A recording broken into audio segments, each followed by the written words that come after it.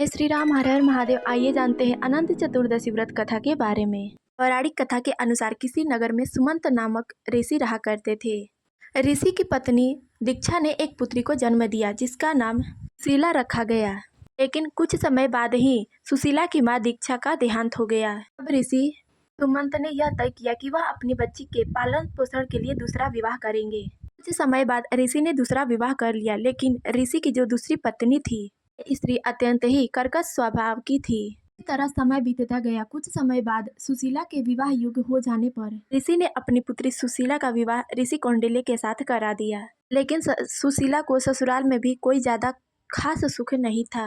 ऋषि कौंडिल्य बहुत ज्यादा नहीं लेकिन गरीब थे। एक दिन सुशीला और उनके पति ऋषि कौंडिल्य ने देखा कि लोग अनंत भगवान की पूजा कर रहे हैं तथा पूजा करने के बाद वे अपने हाथों में अनंत रक्षा सूत्र बांध रहे हैं। सुशीला ने यह देखकर अपने पति से इस व्रत के बारे में तथा इस व्रत का महत्व पूछा।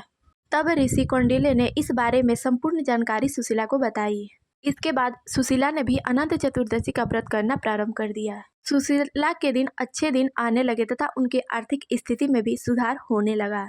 लेकिन सुशीला के पति ऋषि कौंडिल्य को यह लगा कि सब कुछ उनके मेहनत के फलस्वरूप ही हो रहा है। एक बार अनंत चतुर्दशी के दिन जब सुशीला अनंत भगवान की पूजा कर हाथ में अनंत रक्षा सूत्र बांधकर घर वापस आई, तब सुशीला के पति ने इस अनंत रक्षा सूत्र के बारे में पूछा। सुशीला ने अपने पति को इस व्रत के बारे में विस्तार पूर्वक बताते हुए कहा कि हमारे जीवन में जो कुछ भी सुधार हो रहे हैं, हमारे आर्थिक स्थिति सही हो रही है, वह सब अनंत चतुर्दशी व्रत के फलस्वरूप ही हो रहा है। तब ऋषि कौंडिल्य ने कहा कि नहीं, यह सब मेरे मेहनत के फलस्वरूप है और तुम इसका पूरा श्रेय भगवान विष्णु को देना चाहती हो। यह सब जो भी हो रहा है मेरे मेहनत के फलस्वरूप ही हो रहा है। इतना कहने के बाद ऋषि कौंडिल्य ने अपनी पत्नी सुशीला से वह अनंत चतुर्दशी का धागा उतरवा दिया। भगवान विष्णु इससे अत्यधिक ही नाराज हुए। ऋषि कौंडिल्य पुनः अपनी दरिद्र स्थिति में आ गए। जब ऋषि कौंडिल्य को अपनी गलती का पछतावा हुआ, उन्होंने अनंत रक्षा सूत्र का अपमान कर कितनी बड़ी गलती की है। ऋषि कौंडिल्य उस अनंत रक्षा सूत्र के लिए वन वन भटकने लगे। एक दिन वे भूखे प्यासे जंगल में जा रहे थे, तभी वे बेहोश होकर उस जंगल में गिर पड़े। वहीं अनंत भगवान प्रकट हुए। अनंत भगवान प्रकट होकर बोले, हे ऋषि, तुमने अपनी भूल का प्रायश्चित कर लिया है, अब तुम अपने घर वापस जाओ तथा इस व्रत को करो। और यह व्रत यानी कि अनंत चतुर्दशी का व्रत पूरे 14 साल तक करना।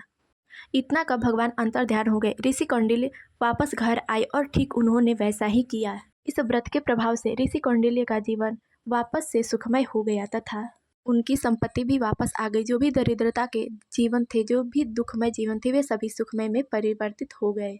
उसके बाद ऋषि कौंडिल्य ने अपनी पत्नी सुशीला के साथ तथा अपने परिवार के साथ सुखमय जीवन व्यतीत करने लगे तथा प्रति वर्ष वे अनंत व्रत का व्रत भी करने लगे। जय श्री राम, हर हर महादेव।